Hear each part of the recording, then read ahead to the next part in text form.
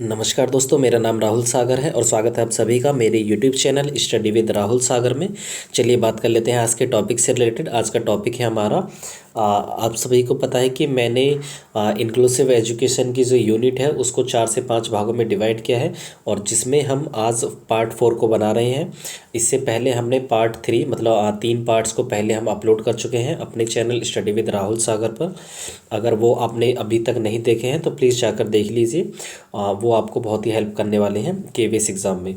ठीक दोस्तों, उसके बाद हम बात करें तो इसको जो है 3 भागों में वैसे डिवाइड किया गया है, 3 चैप्टर्स में। एक तो जिसमें बताया गया था कि इंक्लूसिव एजुकेशन क्या है, फिर कुछ डिसेबिलिटीज़ के बारे में बात की गई थी और फिर उसके बाद हमने कुछ गिफ्टेड चिल्ड्रन पढ़े थे और यहाँ पर हमने फिर थर्ड पार्ट में हमने सेंसरी डिसेबिलिटीज़ वाले जो बच्चे होते हैं, जिनमें ज़्यादातर जो 2 मेन होते हैं, एक होते हैं विजुअली इम्पेयर्ड बच्चे और दूसरे होते हैं कौन से, हेयरिंग इम्पेयर्ड बच्चे, मतलब जिनको सुनने और देखने में कठिनाई होती है। इनको जो है 2 मेन माने जाते हैं। ठीक, और इनको हमने पहले डिस्कस कर चुके हैं और लेकिन हम बात करें आज की, तो आज हम क्या डिस्कस करने वाले हैं इसके बारे में बात कर लेते हैं। आप सभी को पता है कि मैंने यहाँ तक, एक सेकंड मैं आपको बता देता हूँ कि कहाँ तक हम पढ़ चुके हैं इसमें, इस यूनिट में। एक सेकंड, यहाँ भी ये भी हमने पढ़ लिया है सब। ये कॉसेस ऑफ इंटेलेक्चुअल डिसेबिलिटी ये सब पढ़ लिए हैं हमने। द टाइप्स ऑफ इंटेलेक्चुअल ये भी सभी हमने पढ़ लिया है। एजुकेशन मेंटल रिटार्डेशन क्या होती है, ठीक, इनका आईक्यू लेवल का जो वो है पार्ट, वो क्या होता है। ठीक, जो पहले पहले क्या फॉलो की जाती थी, ये थी एजुकेशन एडिकेबल मेंटल रिटार्डेशन, इनके बारे में पढ़ लिया है हमने। क्लिनिकल क्लासिफिकेशन, इनके बारे में भी हमने डिटेल में डिस्कस कर लिया है। ठीक, अब लेकिन हम बात करें हम आज की, तो आज का टॉपिक है हमारा ये physical characteristics of intellectual disability. मतलब इनके क्या फिजिकल कैरेक्टरिस्टिक्स होती हैं जो बच्चे इंटेलेक्चुअली डिसेबल होते हैं। ठीक, मतलब शरीर में क्या विशेषताएं दिखती है इनके में बच्चों में, मतलब जिससे कि पता लगाया जा सके कि इन बच्चों के अंदर इंटेलेक्चुअल डिसेबिलिटी हो सकती है। तो क्या होता है, पहले की अगर हम बात करें तो ये है, पहली बताई हुई है यहाँ पर माइक्रोसेफेली। माइक्रोसेफेली मतलब जिस व्यक्ति को, जिस बच्चे को माइक्रोसेफेली नामक इंटेलेक्चुअल डिसेबिलिटी होगी तो उसको क्या होगा, उसका सर जो है आपको स्मॉल मिल सकता है। क्या होगा, एबनॉर्मली स्मॉल हेड होगा। ठीक, बात करें यहाँ पर हाइड्रोसेफेली की, तो इसमें क्या होगा, abnormally large head filled with cerebro spinal fluid. मतलब एक इस फ्लूइड होता है जो जिसे हम क्या बोलते हैं, सेरेब्रो स्पाइनल फ्लूइड। ठीक, तो ये क्या है, ये बहुत ज़्यादा मात्रा में मिलता है और एक तरीके से बोल सकते हैं कि इस तरीके के बच्चे का जो हेड होगा वो ज़्यादा बड़ा हो सकता है। ठीक, तो ये क्या है, एक तो छोटा हेड भी, मतलब ज़रूरत से ज़्यादा छोटा हेड भी बच्चे का क्या है, एक तरीके से इंटेलेक्चुअल डिसेबिलिटी का शिकार हो सकता है वो बच्चा, जिस बच्चे का ज़रूरत से ज़्यादा स्मॉल हेड है। अगर बात करें ज़रूरत से ज़्यादा भी बड़ा है तो वो भी एक तरीके से इंटेलेक्चुअल डिसेबिलिटी का शिकार हो सकता है। ठीक, बात करें यहाँ पर थर्ड पार्ट की, मतलब थर्ड पॉइंट की, तो इसमें कहा गया है क्रेटिनिज्म, जिसे हम हिंदी में बौनापन बोलते हैं। एक तरीके का ये बौनापन ही होता है, जिसे यहाँ पर लिखा गया है कि dwarf like course and thick skin. एक इसकी जो स्किन होती है बहुत पतली होती है। इस बच्चे की शॉर्ट एंड स्टबी होता है, मतलब हल्का, मतलब हाइट कम होती है, वही चीज़ है। एंड थिक आईलिड, मतलब जो इसकी पलकें होती हैं वो बहुत पतली होती हैं। और स्लीपी अपीयरेंस, मतलब ये जो है एक तरीके से ऐसा लगता है कि जैसे अभी अभी सोकर आया है। ठीक, तो ये सभी चीज़ें क्या हैं, ये सभी जो गुण हैं ये किसके हैं, क्रेटिनिज्म, मतलब जो बच्चे बौनेपन से ग्रस्त होते हैं। ठीक, और इसके बारे में बात करें आगे, तो physical development at slower rate मतलब जो इंटेलेक्चुअली डिसेबल बच्चे होते हैं इनका जो फिजिकल डेवलपमेंट होता है, उसकी जो रेट होती है, इनके फिजिकल डेवलपमेंट की जो रेट होती है वो बहुत ही कम होती है, स्लो होती है। ठीक, मतलब एक नॉर्मल बच्चे के जैसे कि नॉर्मल बच्चा जैसे जिस तरीके के एक नॉर्मल बच्चे का फिजिकल डेवलपमेंट होता है उस तरीके का डेवलपमेंट इन बच्चों का नहीं होता है, मतलब उनसे कम होता है। क्या, उनकी जो रेट होती है, रेट ऑफ डेवलपमेंट होती है वो बहुत ही कम होती है, स्लो होती है। ठीक, बात करें हम आगे, मे मैनिफेस्ट अक्यूट और क्रॉनिक हेल्थ प्रॉब्लम, इसको कोई ना कोई हेल्थ प्रॉब्लम हो सकती है, ठीक, समय के अनुसार। फिर बात करें हम यहाँ पर डाउन सिंड्रोम की। डाउन सिंड्रोम एक तरीके से यहाँ इसके भी कुछ लक्षण बताए गए हैं यहाँ पर, जैसे thick fingers, moon shaped eyes, मतलब जो आँखों का जो आकार होगा, जो आँखों की जो शेप होगी एक तरीके से मून टाइप बन जाएगी, एक नॉर्मल बच्चे की तरह न रहेगी। ठीक, थिक फिंगर्स, बहुत ही पतली पतली उंगलियाँ, या फिर उंगलियों का आकार भी एक तरीके से समान नहीं होता। ठीक इस तरीके की प्रॉब्लम जो है डाउन सिंड्रोम वाले बच्चे में देखने को मिल सकती है। शॉर्ट नोज, एक छोटी नाक देखने को मिल सकती है। Uncovered mouth comes from trisomy 21। इसको हम समझ लेते हैं कि ट्राइसोमी 21 क्या होता है। ट्राइसोमी 21 जो है एक मतलब इसे डाउन सिंड्रोम को ही बोला जाता है। ट्राइसोमी 21 मतलब ये जो डाउन सिंड्रोम की जो बीमारी है बच्चे में, ये जो हमारा आप सभी को पता है कि जो हमारे क्रोमोसोम्स होते हैं, मतलब एक मतलब 23 पेयर्स ऑफ क्रोमोसोम्स होते हैं। क्रोमोसोम्स की जो संख्या होती है 23 पेयर होती है। मतलब वैसे अगर हम बात करें तो 46 क्रोमोसोम्स की संख्या होती है, लेकिन पेयर्स में बात करें तो पेयर्स में होते हैं 23, मतलब 23 पेयर्स में होते हैं। ठीक 23 जोड़े होते हैं क्रोमोसोम के। उनसे जो 22 पेयर होते हैं वो कैसे होते हैं, वो होते हैं ऑटोजोम्स, मतलब जो सेम होते हैं।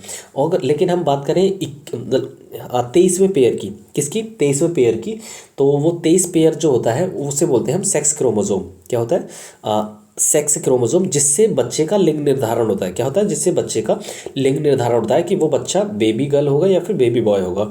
ठीक है, तो ये क्या होता है, ट्राइसोमी 21 जो होता है ये 21वें गुणसूत्र में कोई ना कोई कमी रहने के कारण ये जो डाउन सिंड्रोम की बीमारी है वो बच्चे के अंदर लग जाती है। ठीक, तो आपको यहाँ पर देखा गया कि 47 क्रोमोसोम्स होते हैं। इसके बारे में बात की गई, मतलब 47 नॉर्मली 23 होते हैं, मतलब 23 पेयर्स होते हैं, लेकिन एक जो है इनमें बढ़ जाता है। ठीक, तो ये तो हो गया हमारा ट्राइसोमी 21 की बीमारी के बारे में बात। उसके बारे में हम अगर आगे डिस्कस करें, जैसे मेंटल, इंटेलेक्चुअल और कॉग्निटिव कैरेक्टरिस्टिक्स, मतलब क्या कैरेक्टरिस्टिक्स होती हैं जो बच्चा मेंटली, इंटेलेक्चुअली या फिर कॉग्निटिवली वो डिसेबल है। तो पुअर जजमेंट, उसका जो जजमेंट होगा वो पुअर होगा। पुअर रीजनिंग एंड अंडरस्टैंडिंग, वो अच्छी तरीके से तर्क नहीं लगा पाएगा, अच्छी तरीके से समझ नहीं पाएगा। ठीक, शॉर्ट अटेंशन स्पेन, मतलब अच्छे तरीके से ध्यान नहीं दे पाएगा। उसका जो अटेंशन की जो क्वालिटी होगी, मतलब अटेंशन जो वो मतलब उसका जो ध्यान देने की क्षमता होगी, अटेंशन कैपेबिलिटी, वो बहुत ही कम होगी। स्लो इन लर्निंग, सीखने में वो बहुत धीमा होगा। पुअर लिसनिंग एंड थिंकिंग, अच्छे से सुन नहीं पाएगा और अच्छे से चीज़ों को एक तरीके से क्या बोल सकते हैं, थिंकिंग नहीं कर पाएगा, सोच नहीं सकेगा, चीज़ों को समझ नहीं पाएगा। ठीक, और बात करें आगे, पुअर एट एब्स्ट्रैक्शन, मतलब पुअर एट एब्स्ट्रैक्शन मतलब एब्स्ट्रैक्ट वो चीज़ें होती हैं जिनको हम देख नहीं सकते, छू नहीं सकते। मतलब जो बच्चा होगा, जो इंटेलेक्चुअली डिसेबल बच्चा होगा, उसके अंदर एब्स्ट्रैक्टनेस जो होगी वो बहुत ही कम देखने को मिलेगी। कहने का मतलब यहाँ पर ये है कि एब्स्ट्रैक्टनेस मतलब अमूर्तता, जिसे हम हिंदी बोलते हैं, वो होगी, मतलब वो जो चीज़ें देख नहीं सकते, छू नहीं सकते, उन चीज़ों के बारे में वो विचार नहीं लगा पाएगा। ठीक, एक तरीके से एब्स्ट्रैक्टनेस, क्या एक बोलने में दिक्कत आ रही है, एब्स्ट्रैक्टनेस। ठीक, तो इस सभी चीज़ों के अंतर्गत जो है बच्चे में ये सभी चीज़ें कम देखने को मिलेंगी। जिन चीज़ों के बारे में वो देख नहीं सकता, छू नहीं सकता, उन चीज़ों के बारे में तर्क भी बहुत कम लगा पाएगा वो बच्चा। पुअर मेमोरी, उसकी जो याद करने की क्षमता, स्मृति करने की क्षमता जो होगी वो बच्चे की वो भी कम होगी। लैक ऑफ मोटिवेशन, बच्चे में मोटिवेशन की भी कमी होगी। लैक ऑफ क्रिएटिविटी, सृजनात्मकता, नवाचार को, मतलब वो क्रिएटिविटी, बच्चा जो है मतलब क्रिएटिव नहीं होगा, उसमें क्रिएटिविटी की कमी पाई जाएगी। स्लो रिएक्शन, जल्दी रिएक्ट नहीं कर पाएगा, पहले चीज़ों को वो समझ ही नहीं पाएगा तो अच्छे से, तो वो जल्दी रिएक्ट ही क्यों करेगा। ठीक, एब्सेंस ऑफ क्लियरिटी, चीज़ों को वो समझ नहीं पाएगा। और एक तरीके से अगर आप उस बच्चे को, जो बच्चा इंटेलेक्चुअली डिसेबल है, अगर उस बच्चे को कुछ चीज़ समझाने की कोशिश करें तो वो इतनी जल्दी उस टॉपिक को, उस सब्जेक्ट को समझ नहीं पाएगा, उससे रिलेटेड क्लैरिटी नहीं आएगी जितना कि एक नॉर्मल बच्चा जितने जल्दी कर लेता है। ठीक, पुअर आई हैंड कोऑर्डिनेशन, उसका जो हाथों का, और मतलब देखेगा तो वो कहीं और, लेकिन उसके जो हाथ जो काम कर रहे होंगे वो कहीं और कर रहे होंगे। मतलब एक तरीके से बोल सकते हैं कि आँखों का और हाथों का कोऑर्डिनेशन अच्छा नहीं होगा। ठीक, बात कर लेते हैं behavioural characteristics of intellectually disable children.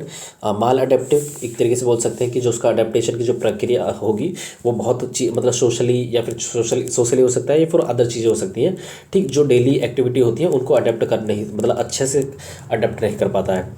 ठीक, रेपिटेटिव, चीज़ों को रिपीट करता रहता है। Age inappropriate, age inappropriate मतलब जितनी उसकी एज हो गई है, जिस एज के अकॉर्डिंग उस बच्चे को कुछ काम कर कर लेने चाहिए थे, लेकिन वो उन कामों को भी नहीं कर पाएगा। जैसे कि आप सभी को पता है कि डेवलपमेंटल टास्क जो है एक पार्ट है केवीएस के एग्जाम, केवीएस के सिलेबस का, जो हैविंग गर्श ने दिए थे, उसके बारे में यहाँ पर उस टॉपिक से रिलेटेड है ये। मतलब एज इन अप्रोप्रिएट मतलब उस चीज़ें जितना एज में बच्चा काम कर लेना चाहिए था वो अभी नहीं कर पा रहा है, तो उसे एज इन अप्रोप्रिएट वर्क बोलेंगे।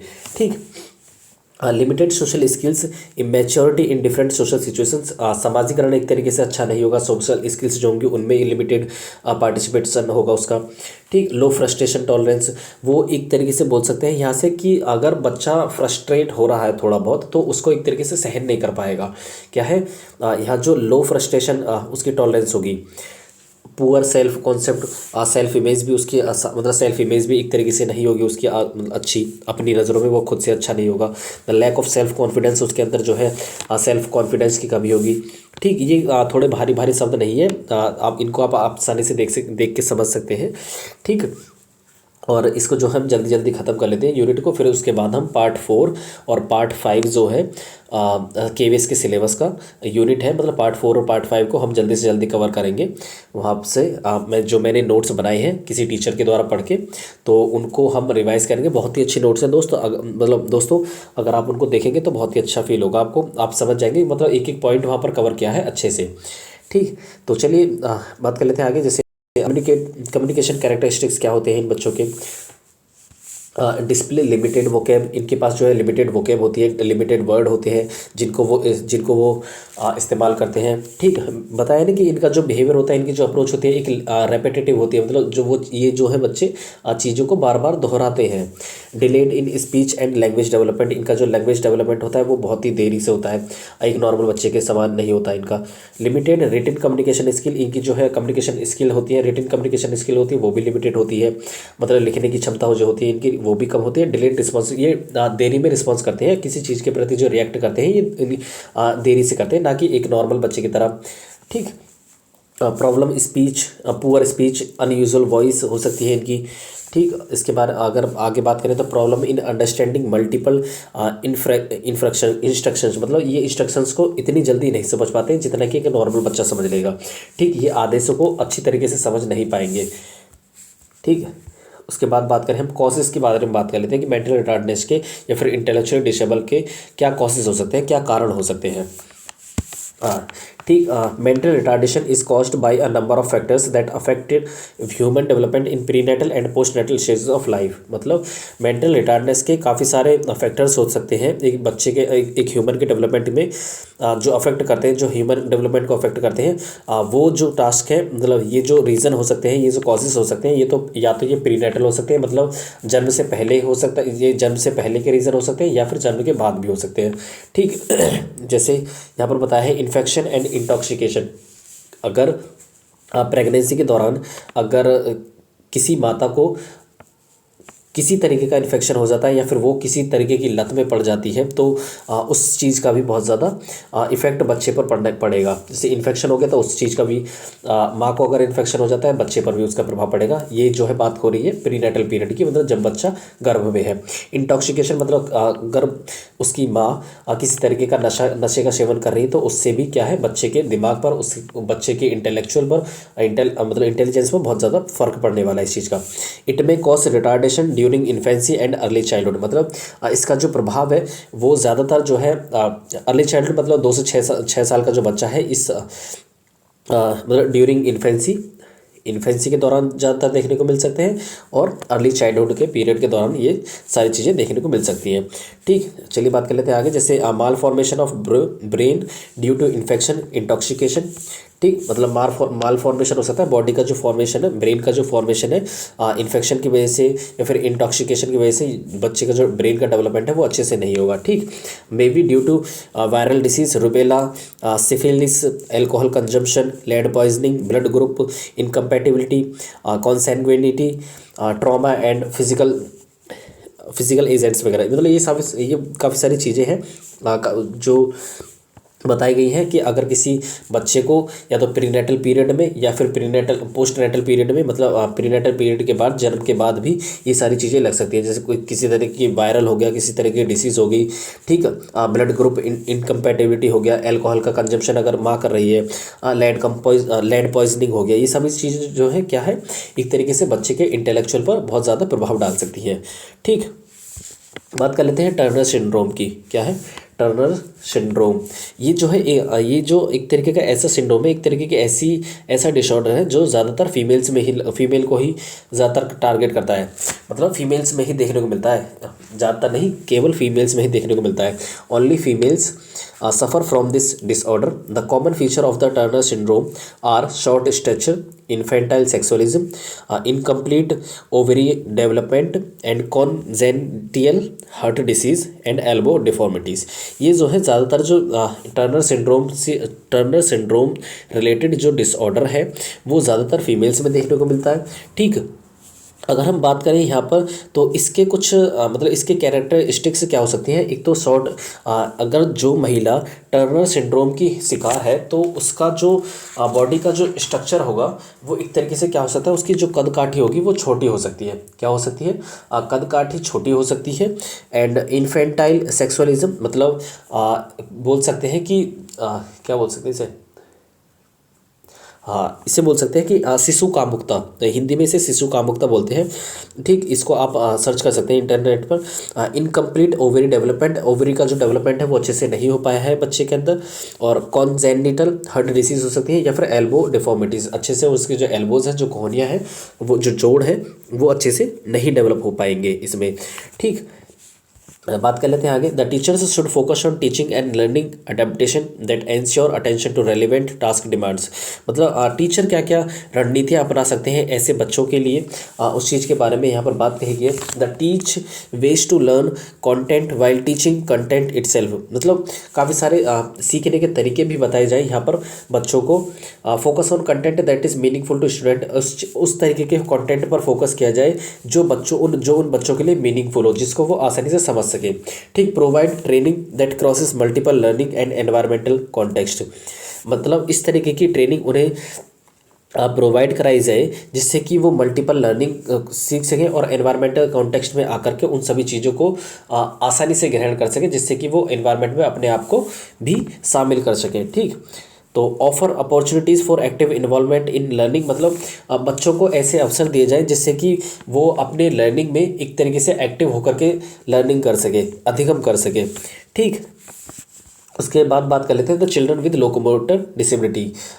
जो बच्चे लोकोमोटर डिसेबिलिटी मतलब एक तरीके से गतिक अक्षमता जो बोल सकते हैं, मोटर डेवलपमेंट, मोटर्स के बारे में तो मैंने आपको बता दिया है कि gross motor to fine motor जाती है हमारी, जो मोटर का डेवलपमेंट होता है gross motor to fine motor development होता है। ठीक, आप अगर वो वीडियोस नहीं देखे तो मैंने जो अपने चैनल इसी पर डाली हुई है, उनको आप देख लोगे। ठीक, तो चलिए बात कर लेते हैं the children with locomotor disability. Locomotor disability inability to execute distinctive activities associated with movement of self and manipulation of objects resulting from affliction of musculoskeletal and और नर्वस सिस्टम। ये किस तरीके की बीमारी होती है मैं आपको यहाँ पर बता दूँ।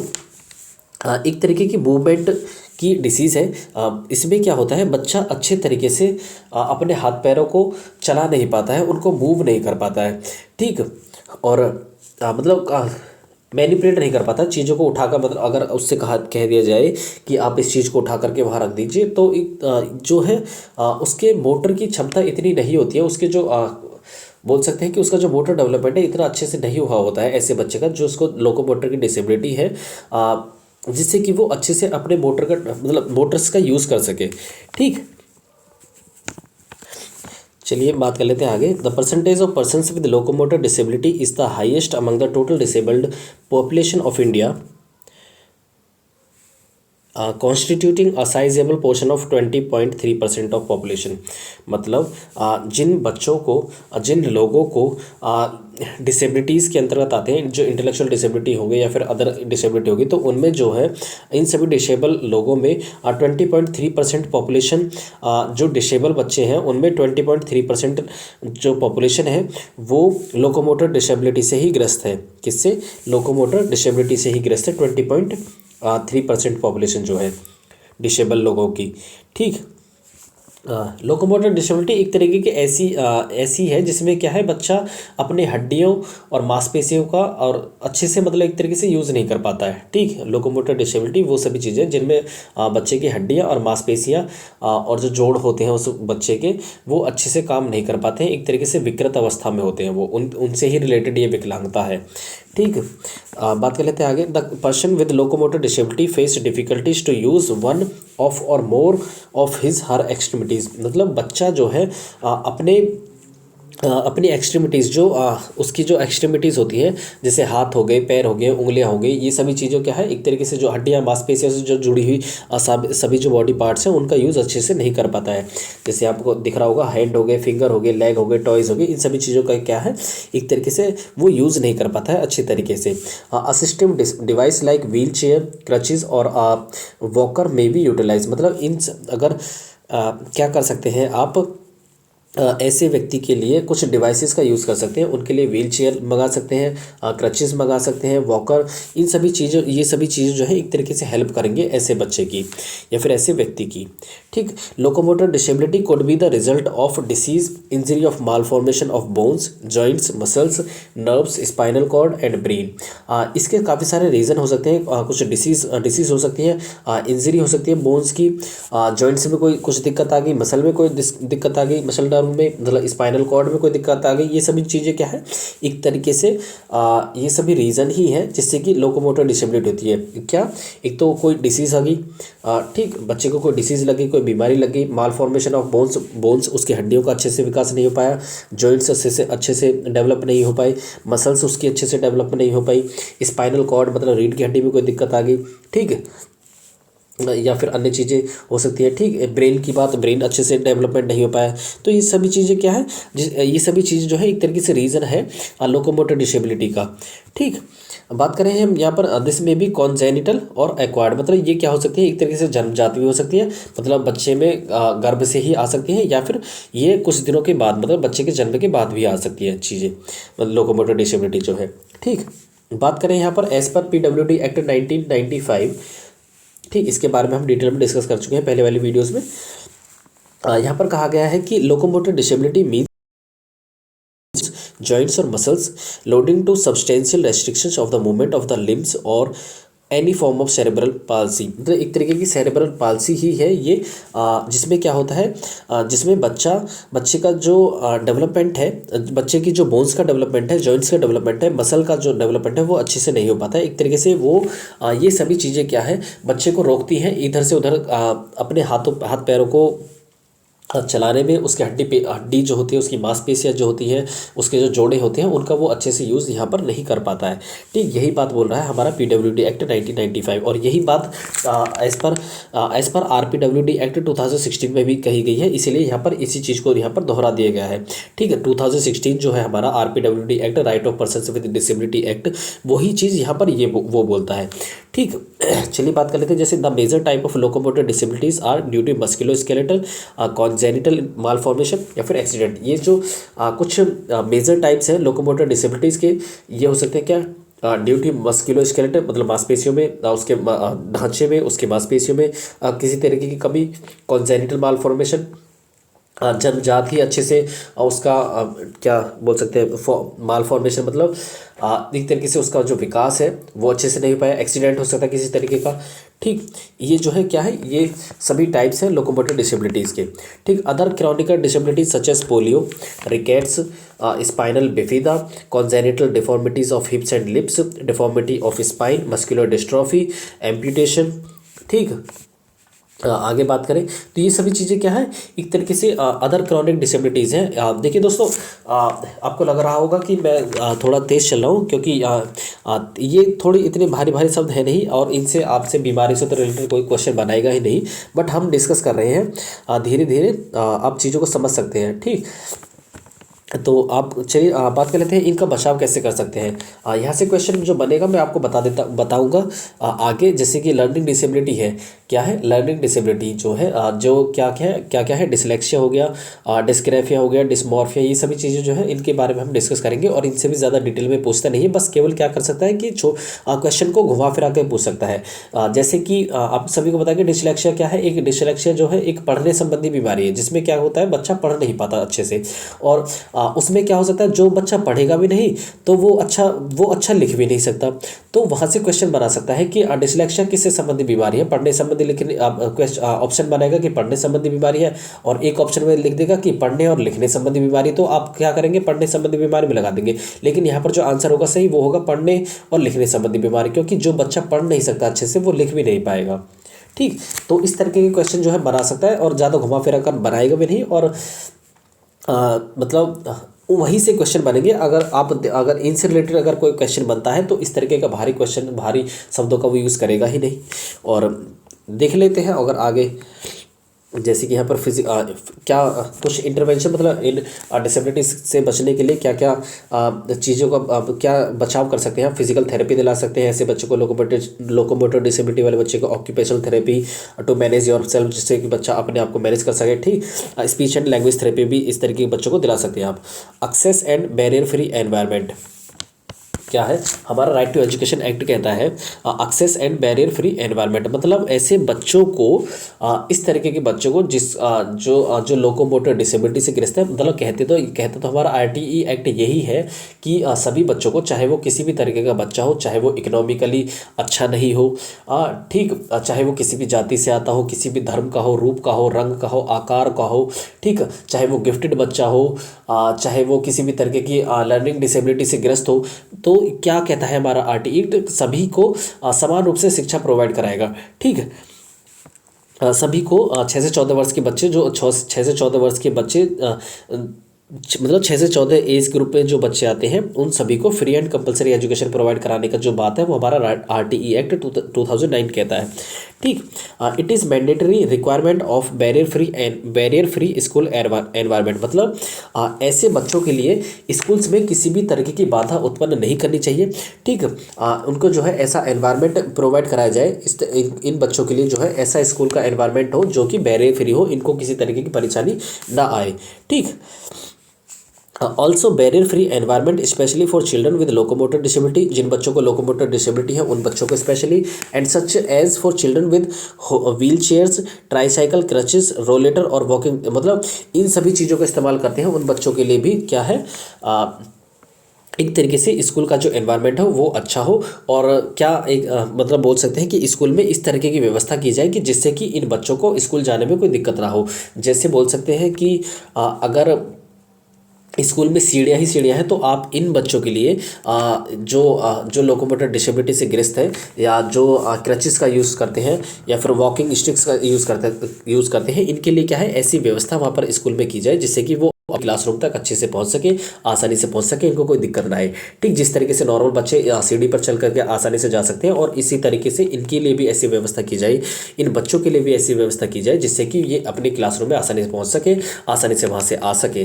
ठीक, चलिए ये तो हो गया हमारे इंटेलेक्चुअल डिसेबिलिटी हो गया, और क्या हो गया, लोकोमोटर डिसेबिलिटी के बारे में बात। ठीक, बात कर लेते हैं आगे, जैसे बैकवर्ड चिल्ड्रन क्या होते हैं, पिछड़े बालक क्या होते हैं।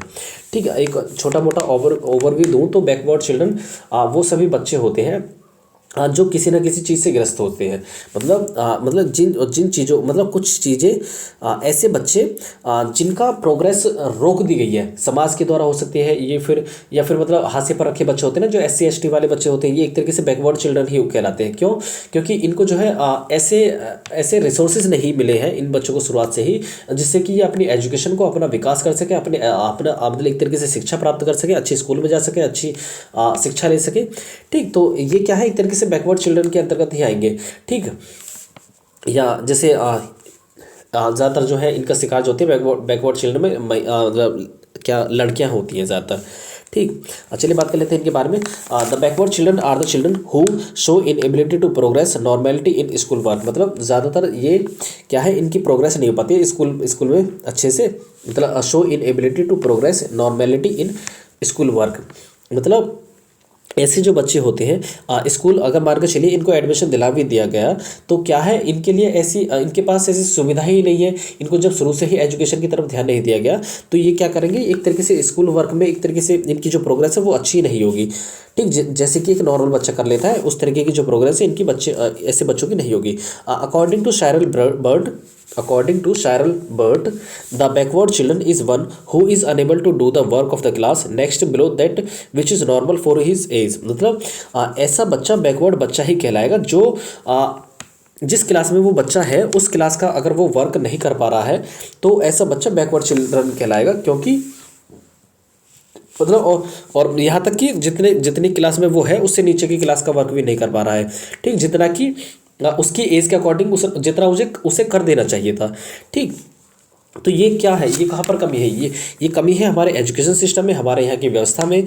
ठीक, तो ये तो होगी हमारी बैकवर्ड चिल्ड्रन की बात। The backward child is slow learner, इसके बारे में कुछ कैरेक्टरिस्टिक्स हैं, मतलब इसकी कुछ विशेषताएं हैं। जैसे ये स्लो लर्नर होते हैं, he is not up to attainment level in very subjects which are normal for his age और ग्रेड। मतलब जिस इनकी एज के अकॉर्डिंग जो सब्जेक्ट इनको पढ़ा देने चाहिए थे इनका ध्यान होना चाहिए था, उन पर इनका ध्यान नहीं होता है। एजुकेशनल रेशियो की बात यहाँ पर कही गई है। ठीक, for a medium child it is between 85 and 155 and for a backward child it is below 85। ठीक, इनका जो एजुकेशन रेशियो यहाँ पर दिया गया है, ये education ratio is equal to average attainment level और एज अपन क्रोनोलॉजिकल एज। ये एजुकेशन रेशियो निकालने का यहाँ पर फॉर्मूला है कुछ। ठीक, एक मीडियम चिल्ड्रन के लिए क्या है 85 से लेकर के 155 होता है, लेकिन अगर बात करें हम बैकवर्ड चिल्ड्रन की तो उसका जो है बिलो 85 होता है, मतलब 85 से नीचे होता है। ठीक, the main feature of backwardness is educational impoverishment, मतलब शिक्षा न मिलना। इनका जो मेन फीचर है बैकवर्डनेस का वो यही है कि इनको जो है एजुकेशन से ग्रस्त किया गया है। ठीक, द टाइप्स ऑफ बैकवर्डनेस, यहाँ पर एक होती है general backwardness, when a child remains unsuccessful in every subject included in the curriculum he is said to be a case of general backwardness. मतलब अगर कोई बच्चा सभी सब्जेक्ट में क्या है, पीछे है, अनसक्सेसफुल है, तो वो क्या होगा, वो बच्चा जनरल बैकवर्डनेस के अंतर्गत आएगा। स्पेसिफिक बैकवर्डनेस की बात करें तो when the child exhibits lack of progress और backwardness in a particular subject और specific area of knowledge he is said to be a suffering from specific backwardness. मतलब किसी बच्चे को अगर किसी स्पेसिफिक सब्जेक्ट में किसी स्पेसिफिक एक्टिविटी में करने में कोई दिक्कत आ रही है तो वो बच्चा क्या है, एक तरीके से स्पेसिफिक बैकवर्डनेस के अंतर्गत आएगा। ठीक, द कॉजेज ऑफ बैकवर्डनेस, कुछ कॉजेज मतलब इसके क्या रीज़न हो सकते हैं, पुअर इंटेलेक्चुअल एबिलिटी और low intelligence, physical defects and disease और poverty, poor home condition, emotional disturbance, influence of neighbourhood. ठीक, इन सभी चीज़ों का क्या है, एक तरीके से प्रभाव पड़ता है बैकवर्डनेस पर। एजुकेशनल गाइडेंस की बात कर लेते हैं यहाँ पर। Educational guidance of the backward children, slow learners required short and simple methods, concrete living experiences with concrete material. मतलब इनको जो है कॉन्क्रीट मटेरियल के साथ पढ़ाया जाना चाहिए और इनके लिए जो है सिंपल मेथड का यूज़ किया जाए। The habits of success must be developed if the child is to retain that self confidence which is vital to him. इनके अंदर जो है सेल्फ कॉन्फिडेंस की मात्रा बढ़ाई जाए जिससे कि ये क्या है, एक तरीके से एजुकेशन में अच्छे से पार्टिसिपेट कर पाएंगे। ठीक, बात करें यहाँ पर, they should be encouraged to participate in extra curricular activities to the school according to their interest. मतलब उनकी इंटरेस्ट के अकॉर्डिंग एक्स्ट्रा करिकुलर एक्टिविटीज़ में उनको इंगेज किया जाए। ठीक, individual attention should be paid to such matters such as health, social condition, school attention and teaching. इनके लिए जो है क्या है, इंडिविजुअली अटेंशन दी जाए इनको काफ़ी सारे विषयों पर, जैसे हेल्थ हो सकती है इनकी, सोशलाइजेशन हो सकती है, सोशल कंडीशन, सोशल अटेंशन हो सकता है, इनकी टीचिंग मेथड, इन सभी चीज़ों पर इंडिविजुअली अटेंशन आप इन बच्चों के लिए कर सकते हैं। ठीक, the class work should stimulate all the senses. इनको अच्छा मतलब क्लास वर्क जो है क्या है, इनके एक तरीके से हेल्प करेगा। ठीक, the class teacher should seek the help of specialist if possible. Specialist की सलाह ली जाए ऐसे बच्चों को ट्रीट करने के लिए। ठीक, the teacher must have great patience and determination. मतलब ऐसे जो ऐसे बच्चों को पढ़ा रहा है टीचर, उसमें जो है एक ग्रेट पेशेंस की क्षमता होनी चाहिए। ठीक, in case of specific backwardness remedial teaching has proved profitable. मतलब अगर किसी बच्चे को स्पेसिफिक बैकवर्डनेस है तो उसके लिए उसके लिए रेमेडियल टीचिंग प्रॉफिटेबल साबित होगी। क्या होगी? लाभकारी होगी।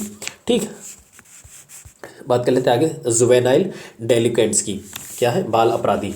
ठीक, juvenile delinquency is the criminal activity charge by a person who is under age of 18 years. मतलब जुवेनाइल डेलिक्वेंट उस बच्चे को कहा जाता है जिसने 18 साल की 18 से कम की उम्र में ही कोई ना कोई अपराध कर दिया है। ठीक, कोई ना कोई क्रिमिनल एक्टिविटी कर दी है। It is called the stormy phase of adolescence. इसे क्या कहा जाता है? Stormy phase of adolescence. Adolescence की एज कितनी बताइए? 12 से 18। ठीक, और WHO के अकॉर्डिंग 10 से 19।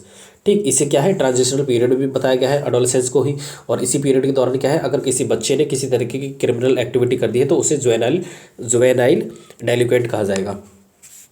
इसके रीज़न की अगर बात करें तो इंडिविजुअल फैक्टर हो सकते हैं, फैमिली फैक्टर्स होते हैं, फैमिली अच्छी नहीं है, फैमिली का बैकग्राउंड ही उसी तरीके का है क्रिमिनल टाइप का।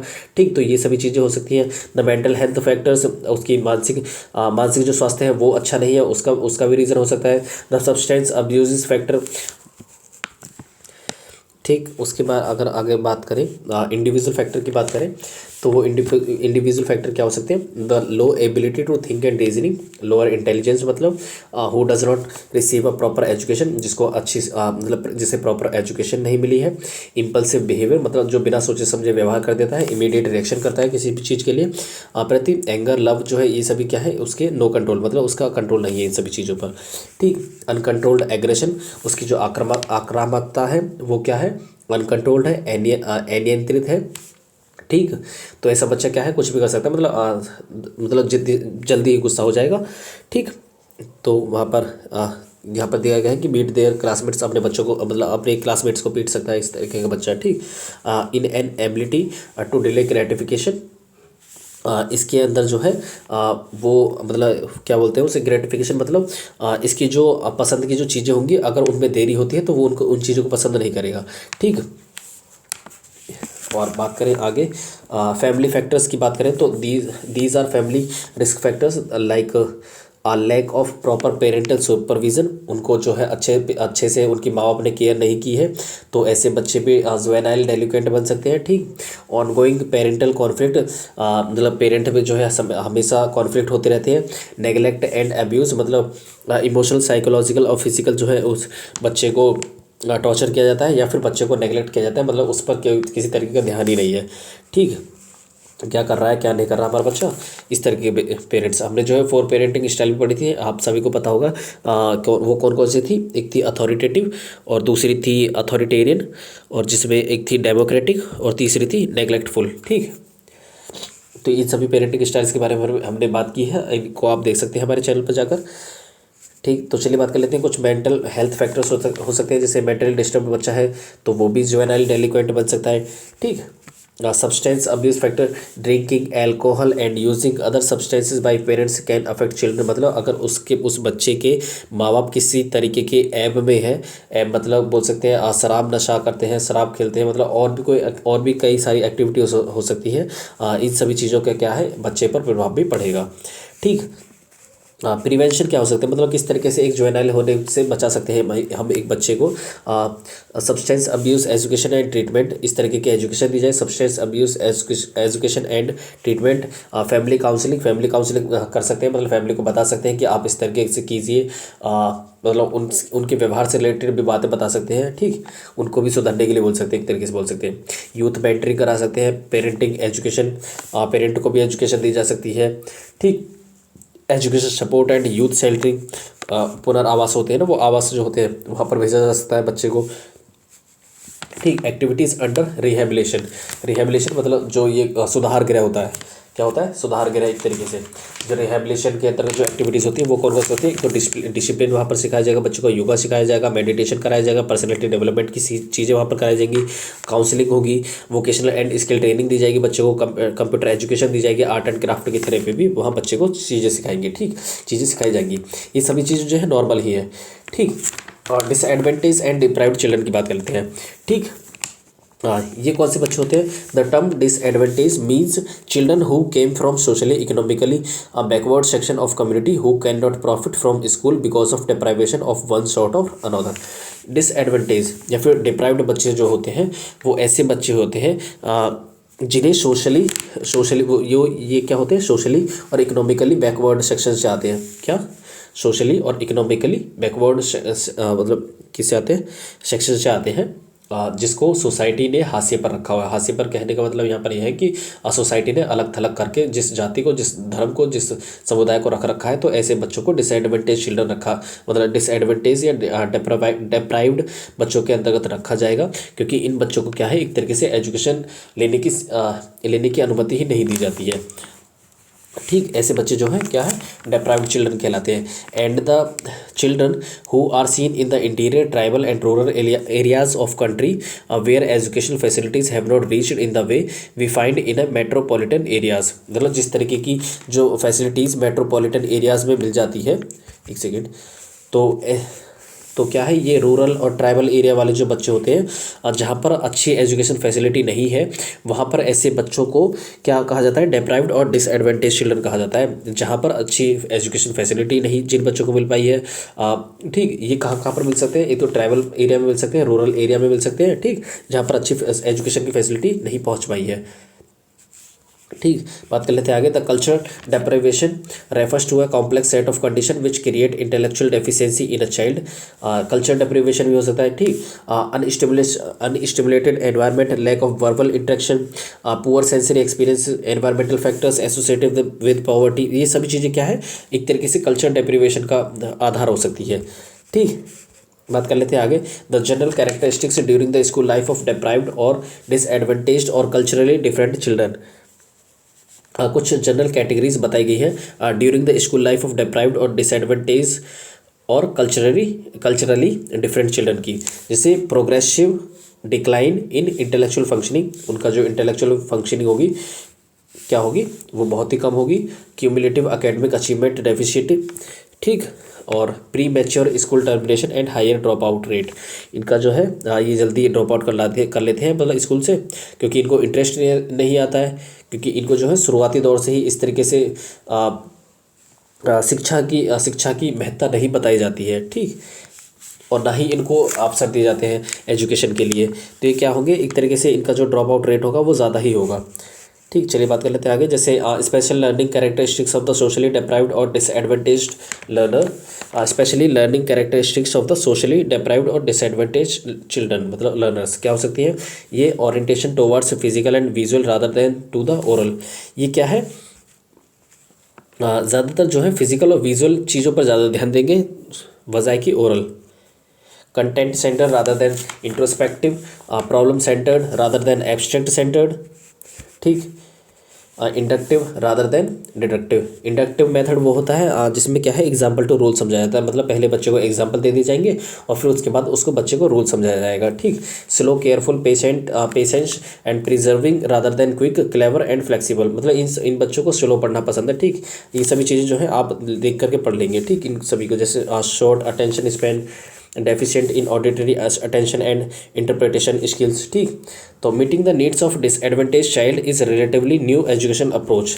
इन सभी चीज़ों को देखिए दोस्तों, आप पढ़ सकते हैं और यहाँ पर देख लेते हैं कुछ। The problems of disadvantage children, disadvantage या फिर डिप्राइव्ड चिल्ड्रन की क्या क्या प्रॉब्लम हो सकती है। लैंग्वेज डिफिकल्टी हो सकती है, न्यूट्रिशनल डेफिशिएंसी हो सकती है, मोटिवेशन की कमी हो सकती है। ठीक, बात करें causes of socially disadvantage children, inadequate early socialization, इनका अच्छे से सोशलाइजेशन नहीं होता है, मार्क ऑफ ऑपरेशन इनको दबा कर रखा गया होता है, ऑर्गेनिक डेफिसिट्स, इन एडिक्वेट सोशल एनवायरनमेंट। ठीक, cultural conflicts and educational deprivation, क्या है, इनको इनका सोशली एनवायरनमेंट अच्छा नहीं मिला है इनको। ठीक, कल्चरल कॉन्फ्लिक्ट्स होते रहते हैं, एजुकेशन डिप्राइवेशन है। ठीक, और उसके बाद बात करें रेमेडियल क्या हो सकती है। Socially disadvantage children must tips, knowledge, skill and attitude, इन सभी चीज़ों को सिखाने के लिए, इन 3 चीज़ों को सिखाने के लिए क्या है, ट्रेन करना चाहिए बच्चों को। ठीक, सेल्फ कॉन्सेप्ट, कॉन्फिडेंस लेवल उनका बढ़ाया जाए, लेवल ऑफ एस्पिरेशन, उसकी महत्वाकांक्षाओं को, उनके अभिलाषाओं को जोर दिया जाए, बढ़ावा दिया जाए, उनको अचीवमेंट मोटिवेशन उनको दी जाए। ठीक, language training and analytical thinking must be included. And these children must be trained to acquaint themselves with concrete life situation. ऐसे बच्चों को कॉन्क्रीट लाइफ सिचुएशन मतलब मूर्त चीज़ों के बारे में ज़्यादातर बताया जाए। ऐसी चीज़ों को ऐसी चीज़ों को देख करके समझाया जाए जिनको जिन चीज़ों को देख सके, छू सके। ठीक, बात करें आगे तो educational provisions for disadvantage and deprived children क्या हो सकते हैं। इनके लिए रेसिडेंशियल स्कूल बनाए जाए, फाइनेंशियल हेल्प इनकी की जाए, क्राफ्ट एजुकेशन इनको दी जाए, इंसेंटिव टू मतलब जिन बच्चों जो फैमिलीज अपने बच्चों को स्कूल पहुंचाने में असमर्थ है उन ऐसी फैमिलियों को भी क्या हेल्प की जाए। ठीक दोस्तों, तो ये होगी हमारी आज की वीडियो। उसके बाद हम जो कल डिस्कस करने वाले हैं वो होंगी लर्निंग डिसेबिलिटीज़, जिन्हें हम अधिगम अक्षमता बोलते हैं। ठीक, ये पार्ट हो गया 3, ये छोटा सा पार्ट है और जिसमें भी हम ज़्यादा नहीं समझेंगे, मतलब थोड़ा थोड़ा ही समझेंगे जहाँ से क्वेश्चन बनता है। ठीक, यहाँ पे देखिए दोस्तों, आपको लग रहा होगा कि जो हमारी स्पीड है थोड़ी फास्ट है और कुछ चीज़ों को हम छोड़ते हुए चल रहे हैं। तो छोड़ते हुए इसलिए चल रहे हैं क्योंकि ये चीज़ें इतनी भारी नहीं है, इनको आप आसानी से समझ जाएंगे। अगर आप इनको एक सरसरी निगाह से देखोगे तो आप इन चीज़ों को समझ लेंगे। ठीक, और जो मेरी भी एनर्जी होती है थोड़ा डाउन ही होती है इस समय पर, क्योंकि मैं रात के 12 बजे वीडियो बना रहा होता हूँ। ठीक, तो क्योंकि मेरा लाइब्रेरी का भी पोर्शन होता है, मैं शाम को लाइब्रेरी से आता हूँ करीबन 7-8 बजे की समथिंग, तो इसलिए ठीक है। और जितना शेयर हो सके, मतलब जिन चीज़ों को शेयर कर सकता हूँ मैं उन चीज़ों को शेयर भी कर रहा हूँ।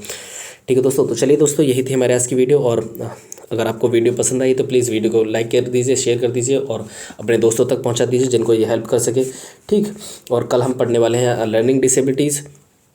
ठीक है, तो चलिए दोस्तों, यही थी हमारी आज की वीडियो। अगर आपको वीडियो पसंद आई तो प्लीज़ वीडियो को लाइक कर दीजिए, शेयर कर दीजिए और बेल आइकन को ज़रूर प्रेस कर लीजिएगा। हमारे चैनल को भी सब्सक्राइब कर लीजिएगा ताकि जो हमारे आने वाली वीडियोज़ हैं उनको आप आसानी से देख सकें। ठीक दोस्तों, थैंक्स फॉर वॉचिंग।